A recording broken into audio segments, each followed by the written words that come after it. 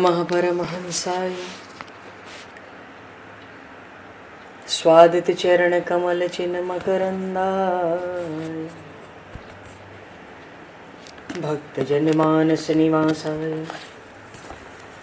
श्री रामचंद्राय नमः।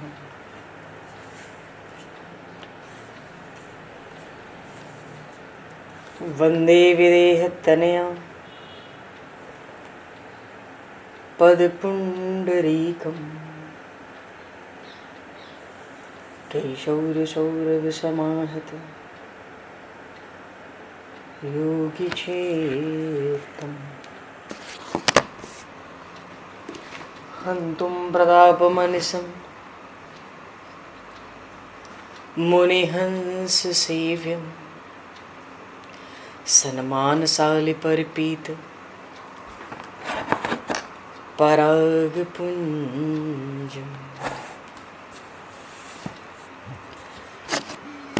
यत्र यत्र रघुनाथकीर्तनं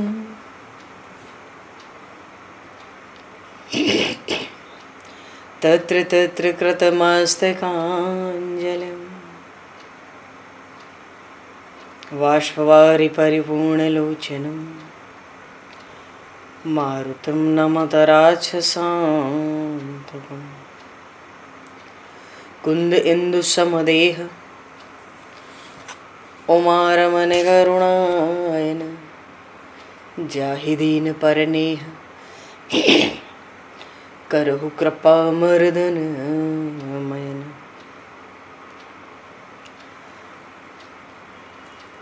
प्रहलाद नारद पराशर पुंडरीक व्यासे अम्बरीश शुक शौनक भीष्म दालभान रुक्मांगद अर्जुन वशिष्ठ विभीषणादीन एतानहं परम भागवतान् नमामि।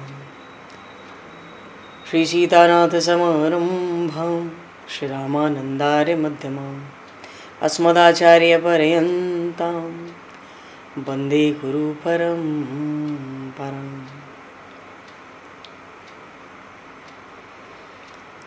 वर्णानामर्थ संज्ञानां रसानां छन्दसामपि मंगलानां च कर्तारो वन्दे वाणी विनायकौ।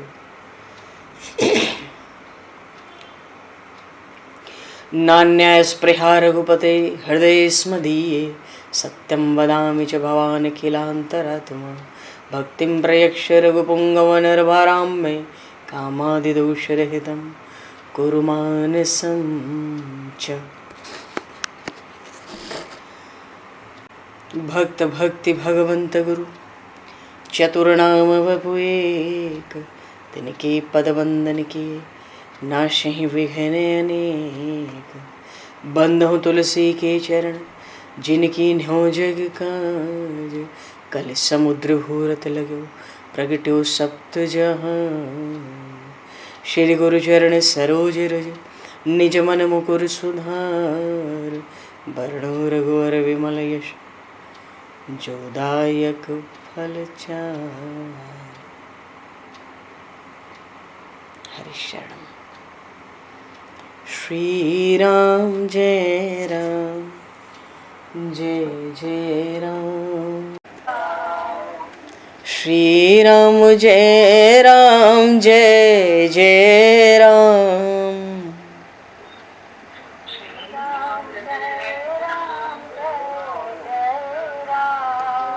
श्री राम जय राम जय जय राम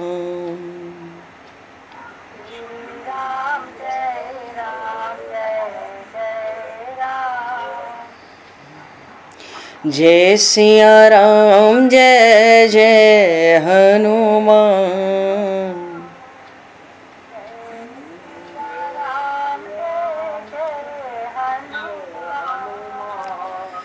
श्री गुरु रामानंद भगवान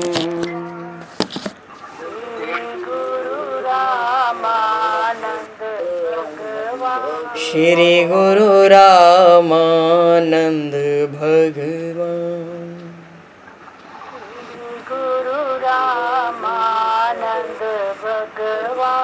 श्री राम जय राम जय जय राम। श्री राम जय जय राम। जय सिया राम जय जय सिया राम। जय सिया राम जय सिया राम। जय सिया राम जय जय सिया राम। जय सिया राम जय सिया राम। बोली सियावर रामचंद्र भगवान की जय। संपूर्ण राम दरबार की जय। श्री अवध मिथिला धाम की जय। श्री बांके बिहारी लाल की जय। 84 कोस ब्रजमंडल धाम की जय। श्री रामचरितमानस जी महाराज की जय। श्रीमन्नाम महाराज की जय। श्री पंडरीनाथ भगवान की जय। कली पावन अवतार गोस्वामी तुलसीदास जी महाराज की जय। सब संतन की जय, सब भक्तन की जय, समस्त वैष्णवन की जय, समस्त पूर्वाचार्य चरणन की जय, समस्त संप्रदाचार्यन की जय। श्री सद्गुरुदेव भगवान की जय। गंगा मैया की जय, जमुना मैया की जय, सरजू मैया की जय, गौ माता की जय, तुलसी माता की जय, पृथ्वी माता की जय, एकाशी महारानी की जय। जय जय श्री सीताराम, जय जय श्री राधेश्याम। नमः पार्वती पते हर हर महादेव। हरिशरणम। अनंत कोटि ब्रह्मांड नायक सर्वेश्वर पूर्ण परात्पर ब्रह्म असंख्य कल्याण गुणगणलय भक्तवांशा कल्पतरु शरणागत वत्सल भक्त वत्सल दीनबंधु दया सिंधु श्री कौशल्य आनंद वर्धन श्री दशरथ नंदन श्री जानकी कंठभूषण भगवान श्री सीताराम जी महाराज की असीम कृपा करुणा से श्री हनुमान जी महाराज की परम पावन भावमयी सन्निधि में महापुरुषों की भावमयी उपस्थिति में एवं आप सभी श्रद्धालु भक्त वैष्णवों की मंगल सन्निधि में मानव जीवन का सर्वोत्कृष्ट फल भगवत गुणगान भगवत कथा का आनंद हम सभी श्री राम कथा के माध्यम से प्राप्त करने जा रहे हैं। सर्वप्रथम आप सभी भक्त जनों के श्री चरणों में भगवत भाव से सादर वंदन सादर नमन। आप सभी को यथा योग्य जय सिया राम, जय जय श्री राधे हरि श्याम, जय श्री राम।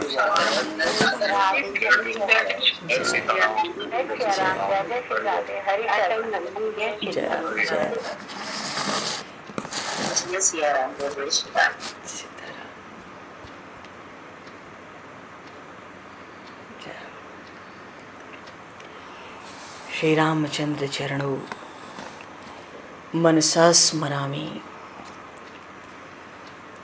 श्री रामचंद्र चरणों वचसा गृणामि। श्री रामचंद्र चरणों शिरसा नमामि। श्री रामचंद्र चरणों शरणं प्रपद्ये। माता रामो मत्पता रामचंद्रः, स्वामी रामो मत्सखा रामचंद्रः, सर्वस्वं मे रामचंद्रो दयालुर, नान्यम जाने नैव जाने न जाने। मंगलम कौशलेन्द्रस्य महनीय गुणालये, चक्रवर्ती तनुजाय सार्वभौमाय मंगलम। रामं रामानुजं सीतां भरतं भरतानुजं, सुग्रीवं वायुसूनं च प्रणमामि पुनः पुनः। नमोस्तु रामाय सलक्ष्मणाय दिव्यै च तस्मै जनकात्मजाय।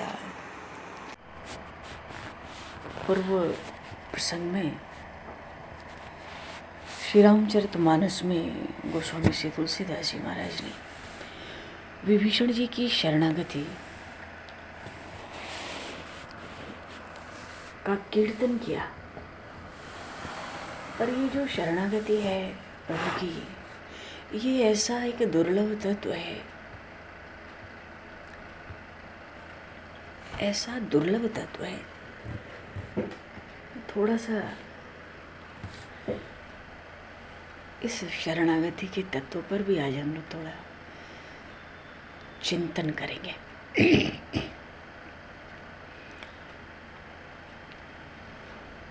हरि शरण। प्रसंग था कि विभीषण जी प्रभु की शरण आना चाहते हैं। क्यों आना चाहते हैं? रावण ने चरण प्रहार किया, लंका में तिरस्कृत किया और निष्कासित भी किया। एक राजा का जो सम्मान होता है उसके भाई का भी वैसा ही सम्मान होता है। कुंभकर्ण तो 6 महीने सोता, एक दिन जगता। तो उस लंका नगरी में रावण के बाद राजा की तरह जिसका सम्मान था और जो सारी लंका के नियंत्रक थे उसकी व्यवस्था के, वो थे विभीषण जी महाराज। भरी सभा में उन पर चरण प्रहार, इतना भारी तिरस्कार, इतना भारी अपमान। विभीषण जी प्रभु श्री राम के आने के पहले, प्रभु श्री राम के पास आने से पूर्व अपनी माता के पास गए। माता के पास गए तो उनके पास जाकर चरणों में गिरकर सब बात सुना दी। माँ बार बार समझाने लगी, भैया उसके लात मारने से क्या हुआ, आखिर तो वो तेरा बड़ा भाई ही है। और पहली बात, वो तो तेरा स्वामी है, क्योंकि राजा सबका स्वामी होता है, सबका, संपूर्ण प्रजा का राजा स्वामी होता है। तो माता ने विभीषण जी महाराज को समझाया कि एक तो तेरा स्वामी है, दूसरे पिता के समान ज्येष्ठ भ्राता है।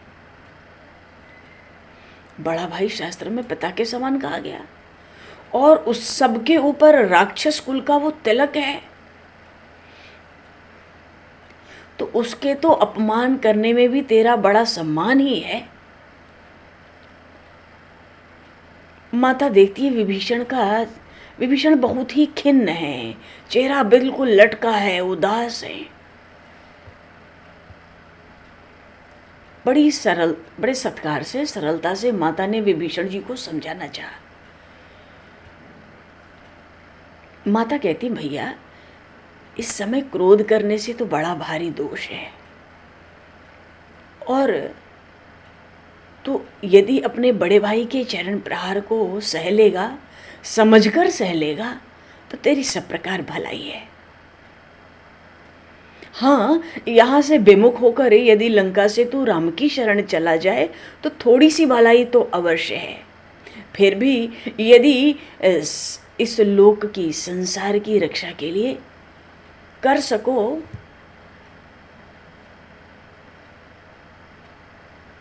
इस लोक की रक्षा कर सको तो पूरी भलाई है। मानो भाई का पक्ष छोड़ने की अपेक्षा, मानो रावण को छोड़ने की अपेक्षा उसी के पक्ष को ग्रहण करो और व्यवहार की रक्षा कर लो तो उत्तम बात है। माता ने समझाया। तब विभीषण जी माता के चरणों में सर नवाए, आशीर्वाद लिया, वहां से चल पड़े। दिल तो टूट ही गया था, हृदय पे तो बड़ी गहरी चोट थी। तो मार्ग में अच्छे अच्छे शगुन होते देखकर विभीषण जी कहने लगे, अरे ये तो बड़े अच्छे शगुन हैं, बड़े अच्छे लक्षण हैं, मेरा तो मानो कुछ मनचाहा हो गया। पर ये भी सोचते हैं, माता ने कहा कि रावण का पक्ष मत छोड़ो, उसकी लात को सह लो, समझो बात को, कितना संकट है उस पर भी। चिंता भी कर रहे हैं विभीषण जी, पल पल में आनंद भी हो रहा है कि प्रभु की शरण जा रहा हूँ। ये भी बात होती है कि मुझे भाई का सा व्यवहार करना चाहिए, पर कैसे करें? ये बड़े भाई जो कुबेर हैं ना, इनकी बड़ी भारी अड़चन है। इस अड़चन से बड़ा डर रहे हैं विभीषण जी। मानो विभीषण जी एक धर्म संकट में है इस समय। ग्लानि भी हो रही है, ग्लानि तो होगी, इतना तिरस्कार, इतना अपमान, निष्कासन सह के लंका में रहना। माता भी चाहती है भाई का पक्ष लो, और विभीषण जी तो बड़े भाई हैं, रावण के मतलब पिता तो एक हैं, माता अलग हैं, कुबेर जी की और रावण कुंभकर्ण विभीषण की। कुबेर जी की माता अलग हैं। उन्होंने निश्चय किया, अच्छा पहले भाई कुबेर से मिलकर फिर कृपा निधान भगवान राम से मिलूंगा। ऐसा सोचकर विभीषण जी ने कुबेर के पास जाकर उनके चरण पकड़ लिए। कुबेर जी ने विभीषण को देखा, दौड़कर उन्हें उठाकर गले लगाया। विभीषण ने सारा बुरा समाचार कह सुनाया।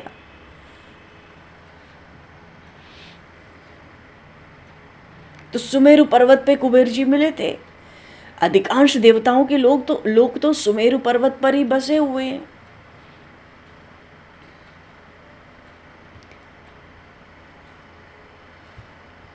तो कुबेर जी सुमेरु पर्वत पर खड़े खड़े सोच करने लगे विभीषण की सारी बात सुनकर। फिर उसी स्थान पर सुमेरु पर्वत पे ही विभीषण जी को, क्योंकि कुबेर जी तो भगवान शिव के बड़े भारी मित्र हैं, भगवान शिव की बड़ी सेवा पूजा करते हैं, भगवान शिव ने मानो उनको अपना एक पार्षद ही बना रखा है। उसी स्थान पर सुमेरु पर्वत पर वो श्री महादेव भी मिल गए। बोलिए श्री गौरी शंकर भगवान की जय। मिले तो भगवान शिव ने बड़ा कल्याणकारी उपदेश दिया विभीषण जी को और कहा, विभीषण तुम भगवान राम की शरण में जाओ।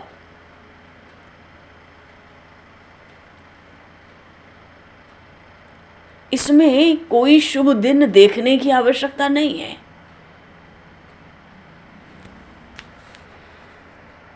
तात, भगवान शिव विभीषण को तात कहते हैं।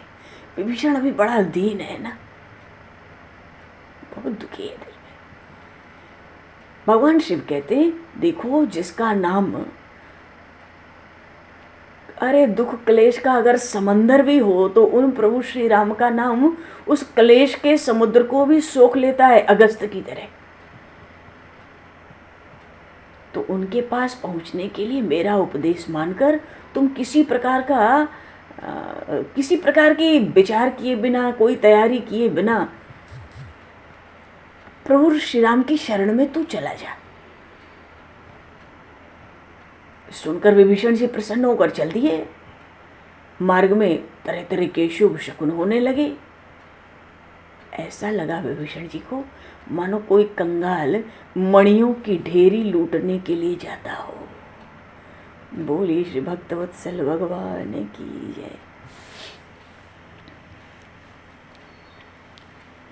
तो विभीषण जी ने जब भगवान शिव का, उन महादेव का उपदेश और आशीर्वाद अब तो दोनों पा लिया ना, उनको भी सिर झुकाकर मन ही मन प्रणाम करते हुए चले। अब तो दशों दिशाओं में मंगलमय शकुन हो रहे हैं, होते हुए दिख रहे हैं। तो इससे उनका जो शोक था वो दूर हो गया। प्रभु की ओर चलते ही शोक दूर। नेत्रों में जल भर आया, हृदय आनंद से परिपूर्ण है, शरीर प्रेमवश अत्यंत पुलकित है। कहने लगे, आखिर भाई का भाव तो मेरे लिए अच्छा ही हुआ। हालांकि बड़े भाई दशग्रीव ने जो कार्य किया वो मेरा अहित चाह कर किया था, पर विधाता ने तो मेरी सब बात आज बना दी। रावण की लात तो मेरे लिए ऐसे हुई जैसे कुबर पे पड़ी हुई लात हो। किसी के कुबड़ निकला हो, उस पे लात पड़े तो फूट जाता है। वो कुबर पे लात पड़े तो जिसके कुबड़ होती है वो सीधा हो जाता है। विभीषण जी को लगता है रावण की लात लगने से मुझे भगवान राम की मंगलमयी शरण मिलने की संभावना हो गई है।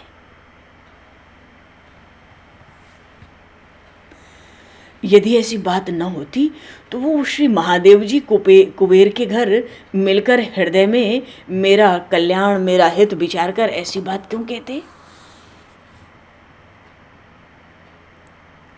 अरे उन्हीं के उपदेश को सुनकर तो मैंने अपनी कुटिलता छोड़ दी और प्रभु श्री रामचंद्र की शरण देखी है।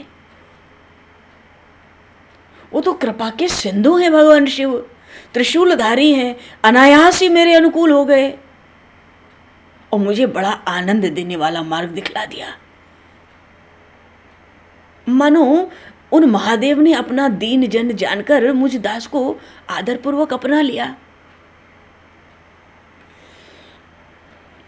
उन भगवान शिव की कृपा से मेरे तो स्वार्थ परमार्थ मानो दोनों हाथ लग गए।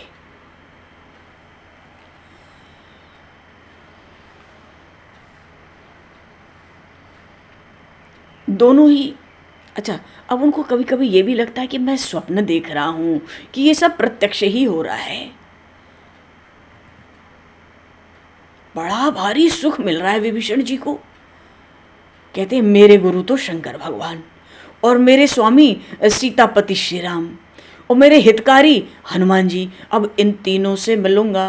अपने गुरुदेव से मिल लिया, उपदेश ले लिया, आशीर्वाद ले लिया। अब अपने स्वामी श्री सीतानाथ श्री राम के दर्शन करूंगा और हितकारी हनुमान जी हैं, उनसे भी मिलूंगा। उन्होंने पहले ही भगवान का बड़ा यश सुनाया।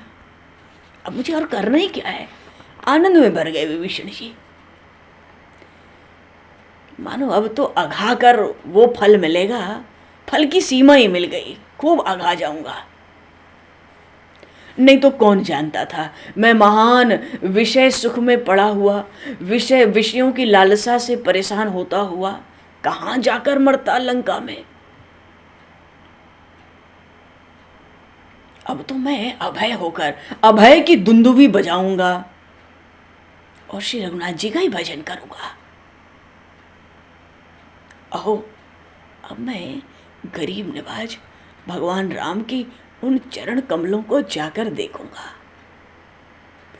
अपने नेत्रों का फल पाऊंगा। कौन से चरण कमल जो देवता और साधु समाज के लिए अत्यंत हितकारी है।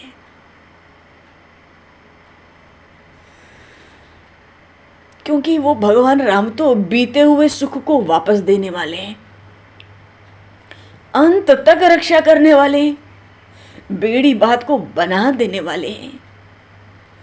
अरे उन्होंने ही तो शबरी को सुख दिया, उन्होंने ही तो गिद्ध की मुक्ति की, उन्होंने ही तो बानरराज सुग्रीव के सारे दुख शांत कर दिए। और मैं तो जहाज पर बैठे हुए कौवे के समान हूं।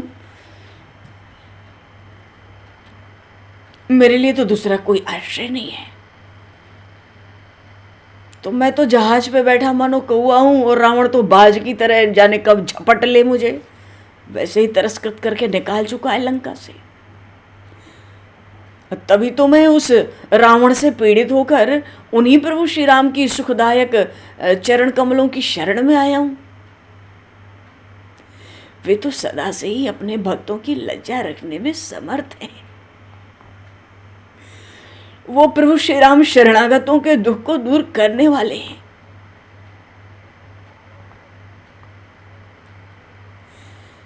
जो जीव प्रभु से जाकर ये कह दे प्रणाम करके, नाथ रक्षा करो, त्राहि त्राहि, पाहे माम, नाथ रक्षा करो, रक्षा करो, मैं आपकी शरण हूं, नाथ आपका ही हूं, एकमात्र आप ही मेरे परम आश्रय हो।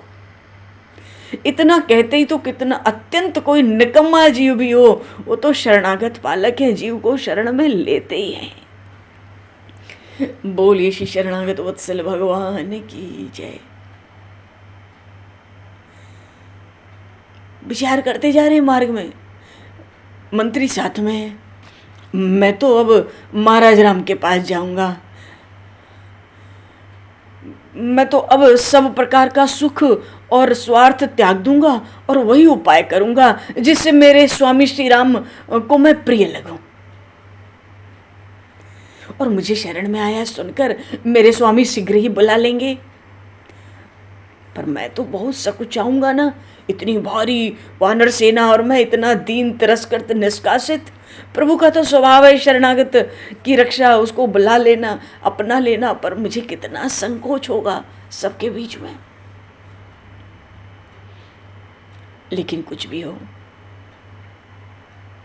वो तो गरीब निवाज है, वो जानते हैं, वो तो जान जाएंगे मेरे जाते ही कि मैं बिना स्वामी का हूँ, मेरे सिर पे कोई नहीं है, मेरा कोई रक्षक नहीं है, और ऊपर से मैं बिना ठौर ठिकाने का भी तो हूँ।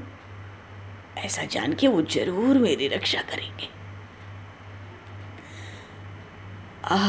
खूब आनंद हो रहा है विभीषण जी को। प्रभु मेरे इस माथे पर अपने हाथ रखेंगे।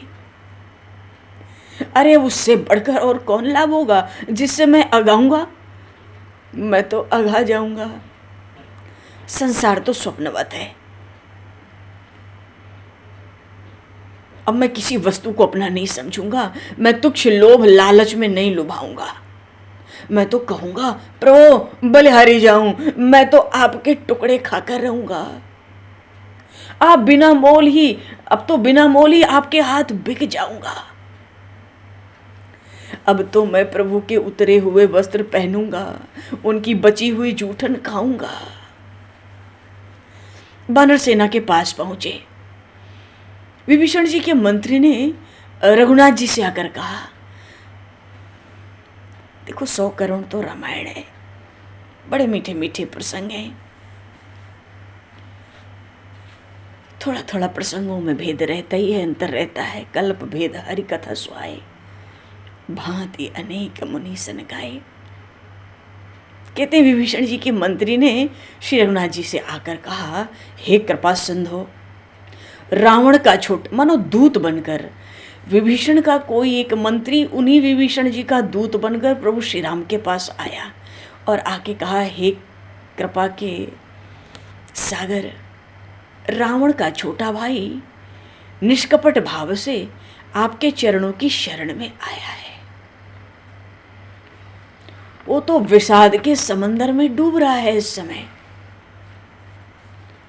उसी समय सुग्रीव जी की कथा सुन ली, क्योंकि सुग्रीव जी को जीवन में कोई दारुण दुख हो, बस इतनी बात नहीं थी, बड़ा परिश्रम भी था। कहीं भी दौड़ाने से बाली ने छोड़ा थोड़ा ही था। सुग्रीव की कथा सुन ली, थाह मिल गई उनको भी। अब आपके चरण कमलों का दर्शन करके तो उसके सारे दुख और दोष निवृत्त हो ही जाएंगे। उसको और किसी प्रकार की कामना नहीं है प्रभु। अच्छा, मंत्री ने दूत बनकर कहा तो, पर प्रभु के उस समय प्रभु के अंग अंग में सुंदरता अच्छी तरह छाई हुई थी। वो तो शोभा के सिंधु ही है। उनकी रूप माधुरी देख के वो जो मंत्री दूत बनकर आया था वो तो स्नेह से शिथिल हो गया और प्रभु की रूप माधुरी का उसकी सराहना करने लगा, गान करने लगा। वो दूत तो ऐसा प्रसन्न हुआ, वो तो ऐसा प्रसन्न हुआ मानो आया तो था विभीषण जी का दूत बन के कि विभीषण जी आपकी शरण चाहते हैं, बड़े दुखी हैं। वो तो ऐसा प्रसन्न हुआ मानो गया तो था मट्ठा मांगने, छाछ मांगने कहीं पर, वो प्राप्त हो गया वहां जाकर अमृत। बोले श्री राम राजा सरकार की जय। प्रभु ने कुछ कहा नहीं, अभी तो उसने संदेश सुनाया और भगवान की रूप माधुरी का दर्शन कर रहा था। चलो, दूत की विनय सुनी भगवान ने, प्रभु परम प्रसन्न हो गए। तो ऋक्षराज जामवन जी हैं, वानरराज सुग्रीव जी हैं, नील नल बाली कुमार अंगद हैं, हनुमान जी हैं, सबको बुलाया और पूछा, आप लोग इस संबंध में क्या समझते हो? ये दूत क्या कहता है हम सब सुनते हैं, आप लोग क्या समझते हो? आज्ञा मिली प्रभु की तो वो सब धर्म और नीति के अनुकूल उत्तर देने लगे।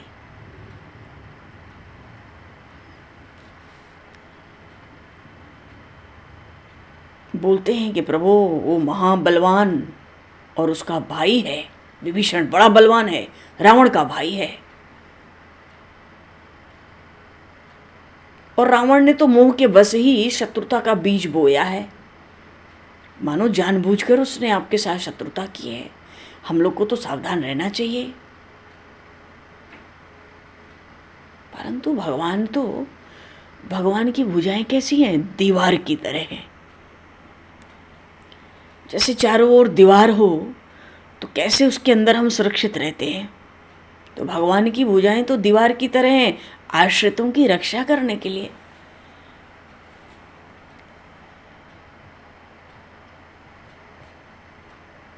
भगवान के द्वार पर कोई आया हो, कोई भयभीत आया हो, कभी उल्टा तो नहीं लौटा आज तक। अच्छा, भगवान के अशरण शरण की वृद्ध देखे, अशरण शरण का, जिसके कोई रक्षक न हो, कोई आश्रय न हो, ऐसे जो भगवान की शरण जाते हैं तो नित्य नए नए विराजमान है भक्तजन। ऐसा विरध है भगवान का अशरण शरण विरध।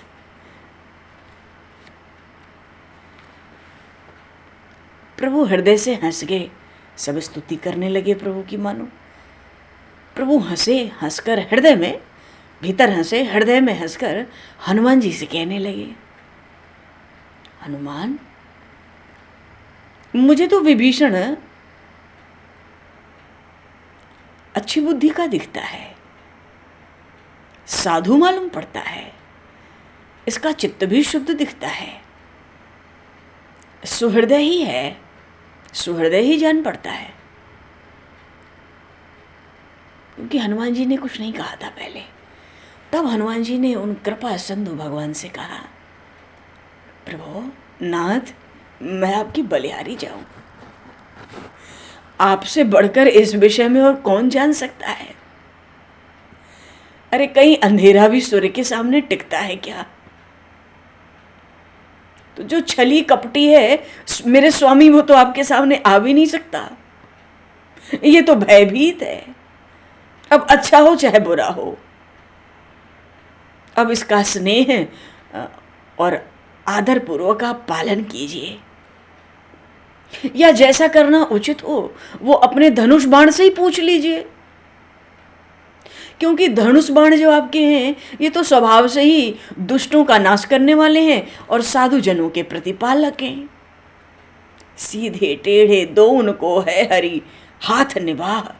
कोई सीधा है बाण की तरह तो भी निर्वाह है प्रभु चरणों में, कोई धनुष की तरह टेढ़ा है तो भी प्रभु चरणों में उसका निर्वाह है। हनुमान जी कहते हैं आप अपने धनुष बाण से पूछ लीजिए। तो दूत संदेश लाया है और बात सुनाता है विभीषण की, तो वो तो कृपा के सिंधु हैं, हंसकर पूछ रहे हैं। लक्ष्मण जी की ओर देखा प्रभु ने, हंसकर पूछ रहे हैं, क्या सचमुच विभीषण यहां आएगा? इतना सुनते ही लक्ष्मण जी ने सिर झुकाया, बड़े संकोच से कहते हैं, प्रभु आएगा क्या? वो तो आ गया है। आपके सामने ऐसी बात बनाकर कैसे कही जा सकती है?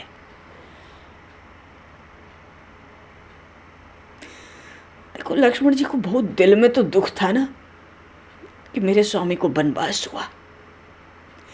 ये दुख बहुत था दिल में, हृदय कचोटता रहता था उनका।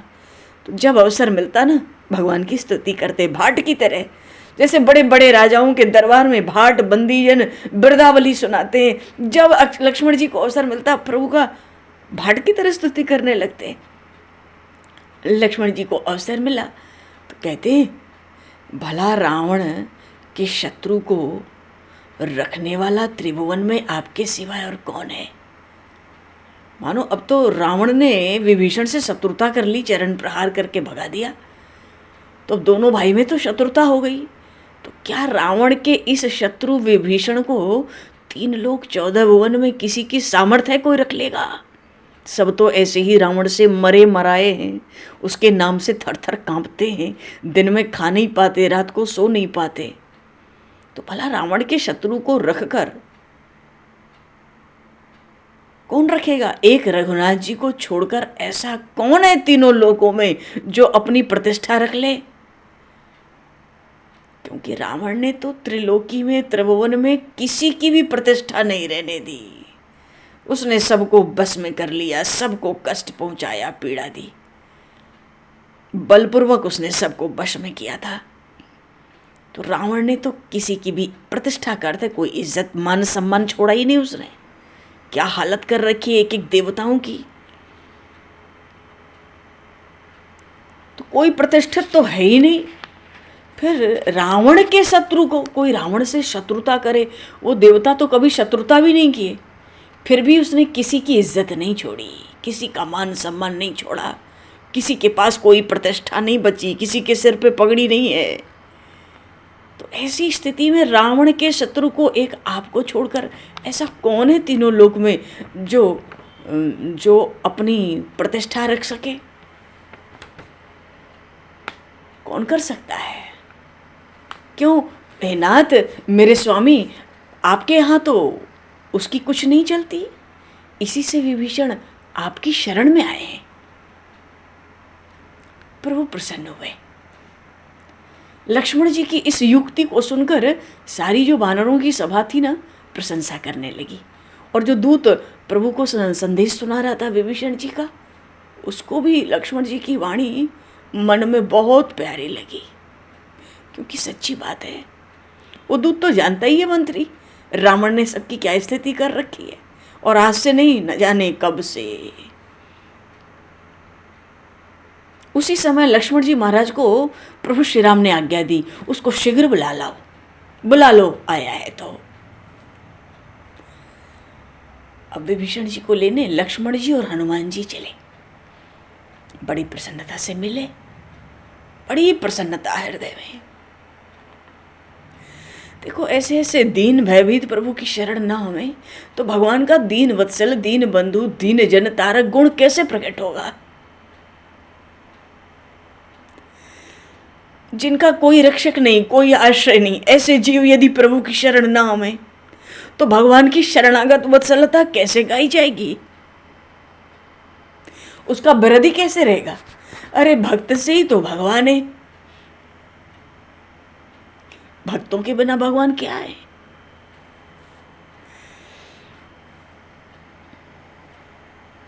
खूब प्रसन्नता पूर्वक मिले, कुशल पूछी, एक दूसरे का सबने सम्मान किया। सबको ही संकोच है, विभीषण जी को तो बड़ा भारी संकोच है। इतनी भरी सभा में आखिर सबको पता पड़ी कि रावण ने चरण प्रहार किया, निकाल दिया मुझे। और फिर विभीषण जी को संकोच है तो हनुमान जी महाराज को, लक्ष्मण जी महाराज को कितना संकोच हो रहा है।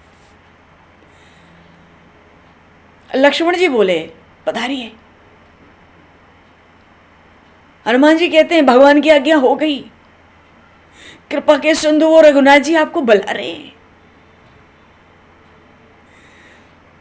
अब दूर से विभीषण ने अब प्रभु का दर्शन किया।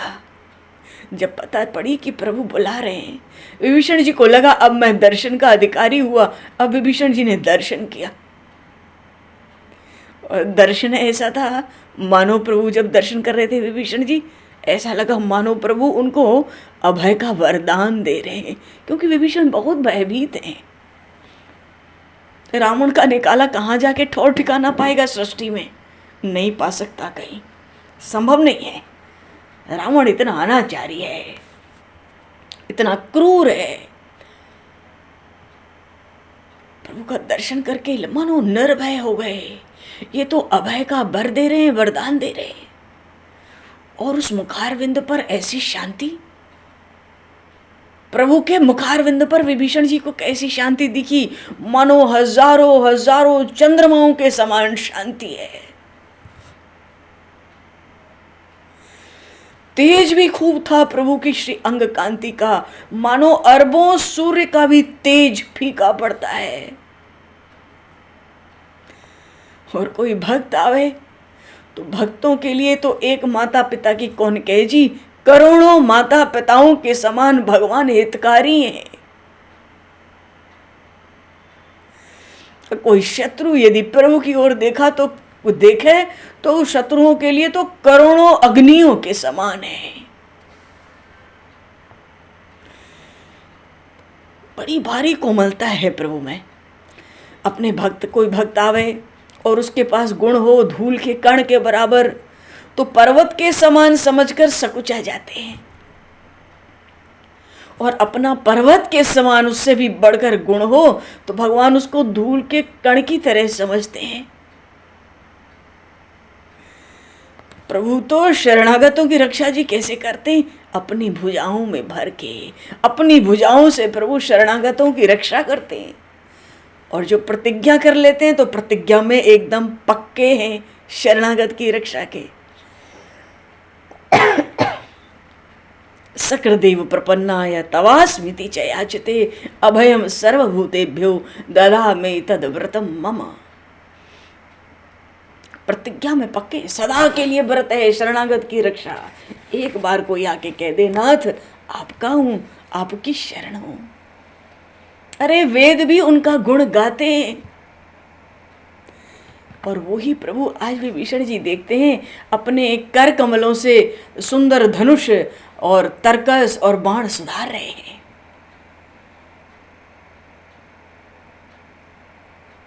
और उस समय जो विभीषण की चर्चा वहां चल रही थी ना, उसको बड़े एकाग्र चित्त से कान लगा के प्रभु सुन रहे हैं। इस दृश्य को देखकर जब विभीषण जी ने प्रभु के दर्शन किए, इस दृश्य को देखकर देवताओं ने पुष्पों की वर्षा कर दी। इतने शुभ शकुन होने लगे कि मानो आने वाला समय बड़ा कल्याण मंगल से परिपूर्ण है।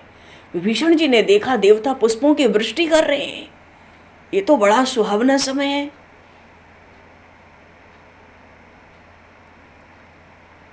एक जगह गोस्वामी जी ने कहा, जो लोग उस सुहावने समय का ध्यान करते हैं, स्मरण करते हैं, वो तो कृतकृत्य है,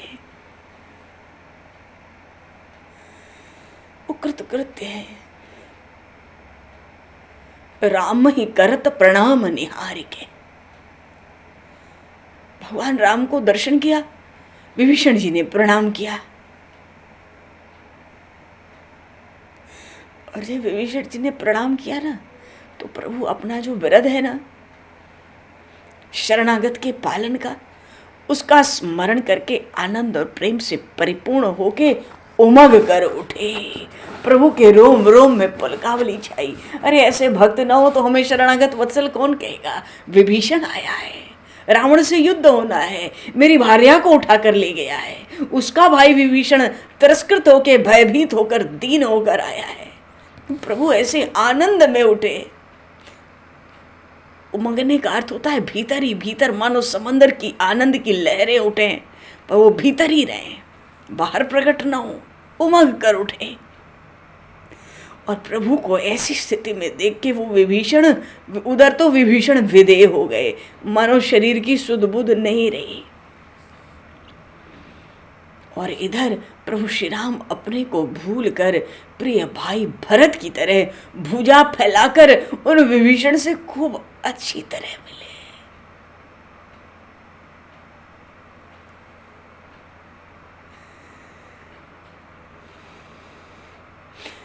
उन विभीषण से खूब अच्छी तरह मिले प्रभु, और आदर पूर्वक सारे समाज से भेंट कराई, मानो सब लोग गले मिलो, विभीषण का सम्मान करो, सब करो। सबने किया और अंत में अपने बिल्कुल पास बिठा लिया। बड़े प्रेम के साथ प्रभु ने विभीषण को अपना लिया, खूब भरोसा दिया प्रभु ने अपना, कुशल क्षेम भी पूछी। और प्रभु का इतना प्रेम, इतना आदर, इतना अपनापन देख के विभीषण जी सबसे पहले प्रभु से क्या कहते, अभी तक कोई बात थोड़ी कही है विभीषण जी ने प्रभु से, अब कहते क्या कहते, हे नाथ, जो लोग आपका नाम जपते हैं उन्हें भी ब्रह्मा जी अच्छी तरह कुशल कल्याण मंगल से रखते हैं, सब प्रकार के सुख प्रदान करते हैं। और अपने चारों मुख से ब्रह्मा जी ऐसे भक्तों की तो विनती भी करते हैं, और मैं तो साक्षात आप ही के पास बैठा हुआ हूँ, फिर मेरी कुशल क्षेम का क्या कहना है। अरे जो आपकी मूर्ति, जिस मूर्ति को बड़े बड़े मुनि और लोकेश्वर गण भी मन को जीत कर स्वप्न में भी नहीं पाते, उन्हीं प्रभु ने मुझे अपनी गोद में भर लिया। मेरे सौभाग्य की क्या कहना है। मैं प्रभु आपके श्री चरणों में कोई बात बनाकर नहीं कहता हूं, मानो उन करुणाकर की करुणा हो गई, उन करुणाकर की करुणा हुई तो विभीषण का मरण भय भी दूर हो गया जी। लंका का राज्य मिला तो रावण की भी शंका चली गई। किसी से ईर्ष्या और द्वेष नहीं रहा। प्रभु के मिलने के बाद ये सब हृदय में रह सकता नहीं है। जब तक ये न बसत रघुनाथा तभी तक ये सब माया का प्रपंच हृदय में है। अब कोई ईर्ष्या द्वेष नहीं, कोई रावण की शंका नहीं, और भगवान उन करुणा सिंधु की करुणा हुई तो मरण भय भी टल गया। जिस विभीषण को रावण ने दूध की मक्खी के समान निकालकर, मानो सार रूपी जो लंका का वैभव है, स्वयं मलाई खुद ले लिया अकेला, क्योंकि कुंभकर्ण तो सोता ही था। एक विभीषण ही थे जिनकी राजा की तरह प्रतिष्ठा थी। दूध की मक्खी की तरह निकाल फेंका, खुद ही मलाई मार लिया लंका की। उसी विभीषण को भगवान ने संसार का आज भूषण बना दिया। बड़ी कल्याणमयी मंगलमयी महिमा से भगवान ने उनको संपन्न कर दिया।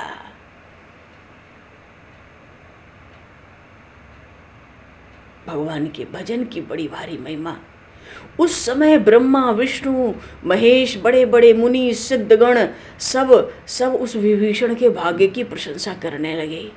देवताओं ने प्रसन्न होकर दुंदुभी बजाई, नगाड़े बजाए आकाश में।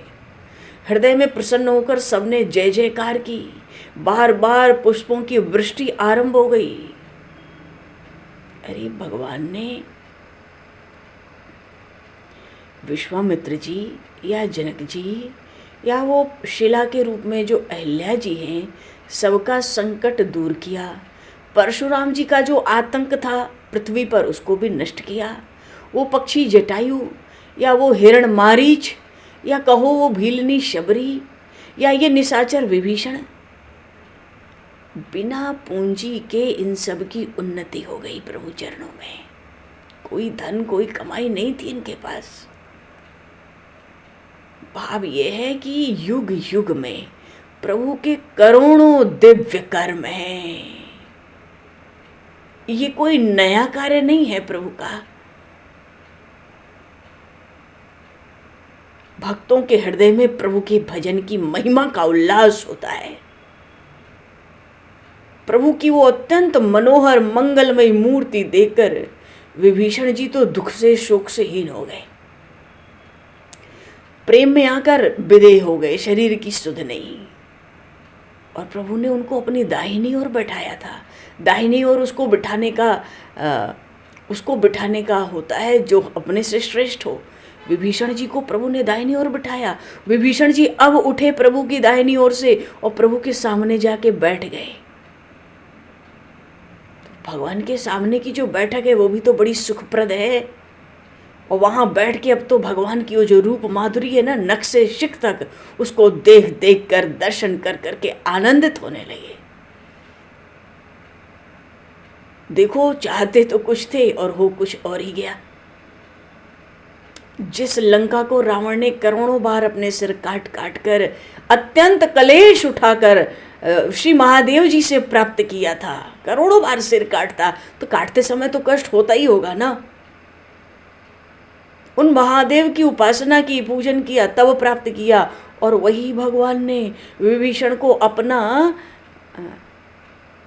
बेअवसर का अधिकारी अतिथि समझ करके बड़े संकोच के साथ उस लंका को तृण के समान दे दिया। तृण का आसन।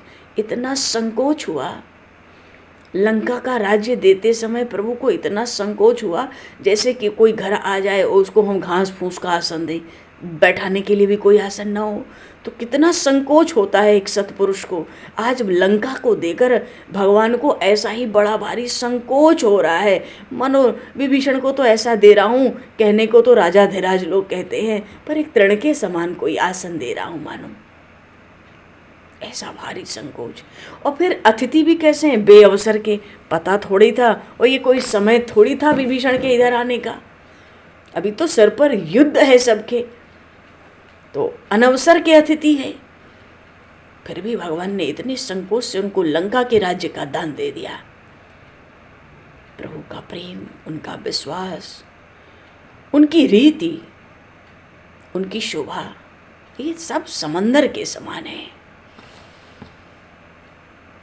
जहाँ जहाँ जिस जिस गुण की थाह ली जाती है प्रभु की, वहीं वहीं पे वो गुण प्रभु के अथाह दिखाई पड़ते हैं। भुजाओं के तो बड़े पराक्रमी है ना प्रभु, और प्रतिज्ञा के बड़े पक्के। तो संसार में ऐसा दयालु और कौन है जिसने दीन जनों के हृदयों की जलन को दूर न कर दिया हो।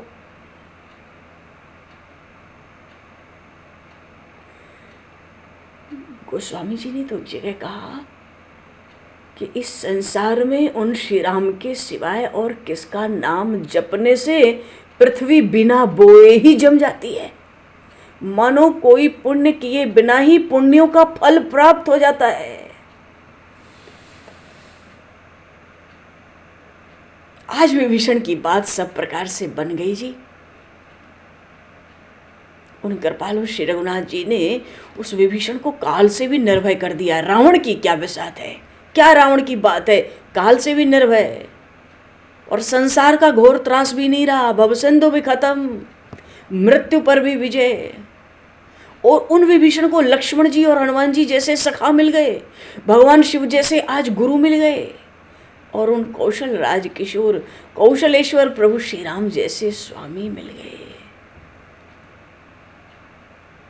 हृदय में तो दिल में तो कुछ और लेकर आए थे, पर आज विधाता ने तो कुछ और ही कर दिखाया। आज प्रभु की कृपा से उनका तो कुछ और ही बानक बन गया है। अरे वो जो बड़ा बलशाली रणवीर रावण है, लंका का राजा, उसके पद को पाकर वहां तो पाप है, कलंक है, कलेश है, उसी का तो खजाना था रावण। रावण जो चरण रावण के पाप कलंक और कलेश के खजाने थे, भंडार थे, वो ही चरण विभीषण उसी चरण को पाकर संपूर्ण दोषों के दल का दलन करने वाला संसार का भूषण हो गया। रावण का वही चरण प्रहार आज संसार का विभीषण को भूषण बना दिया। भगवान की भुजाएं तो दीनों की रक्षा के लिए दीवार की तरह हैं। वो तो उदार शिरोमणि हैं, जो प्रणाम करे उसके पालक हैं, बड़ा पवित्र प्रण करने वाले हैं। उन श्री रघुनाथ जी के गुणों का देवता लोग प्रसन्न होकर पुष्प बरसाते हैं, नगाड़े बजाते हुए गान कर रहे हैं प्रभु के गुणों का। उन गरीब निवाज श्री रघुनाथ जी ने गरीब विभीषण को राजा जो बना दिया। बड़े बड़े धनियों का मान मर्दन हुआ। ये कौन से धनी हैं जो भक्त अपने को भक्त शिरोमणि समझते थे, आज सबका भक्तों का भी मान मर्दन हो गया। भगवान राम को किया हुआ प्रणाम महा महा महिमा की खान है। प्रभु के चरणों में किया गया प्रणाम मंगलमय, जितनी मणियां हैं मंगल स्वरूप, ऐसी मणियों का प्रागट्य हो जाता है, मानो सब मंगलों का प्रागट्य हो जाता है। और आज भी अभिमान छोड़कर भगवान श्री राम की शरण जाने से इसी प्रकार जीव मात्र का भला हो सकता है। इस बात को गोस्वामी जी ने भगवान शिव को साक्षी करके दोनों भुजा उठाकर सौगंध खाकर कही, विभीषण के समान आज भी हमारा भला हो सकता है प्रभु श्री राम की शरण में अभिमान छोड़ कर जाने से। बोलिए श्री शरणागत वत्सल भगवान की जय। श्यावर रामचंद्र भगवान की जय। श्री विभीषण जी महाराज की जय। सब संतन की जय, सब भक्तन की जय।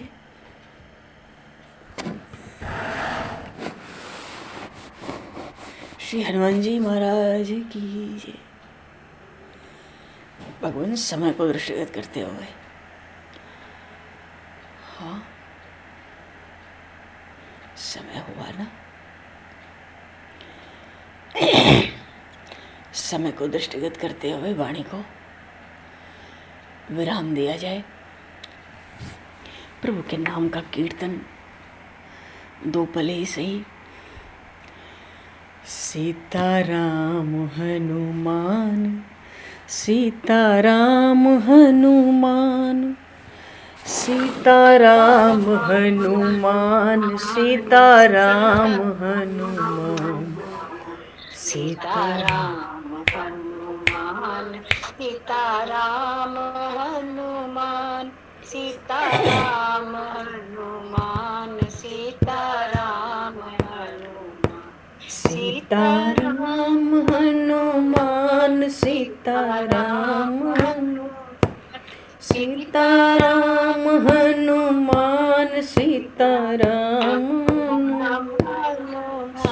सीताराम हनुमान, सीताराम सीताराम हनुमान, सीताराम सीताराम हनुमान, सीताराम हनुमान, सीताराम हनुमान, सीताराम सीताराम हनुमान, सीताराम हनुमान, सीताराम हनुमान, सीताराम। बोलिए सियावर रामचंद्र भगवान की जय। जय हो, जय हो, जय हो। अति सुंदर की जय। समय को दृष्टिगत करते हुए आज यहीं पर वाणी को विराम। वाक्य पुष्पांजलि प्रभु के श्री चरणों में सादर समर्पित।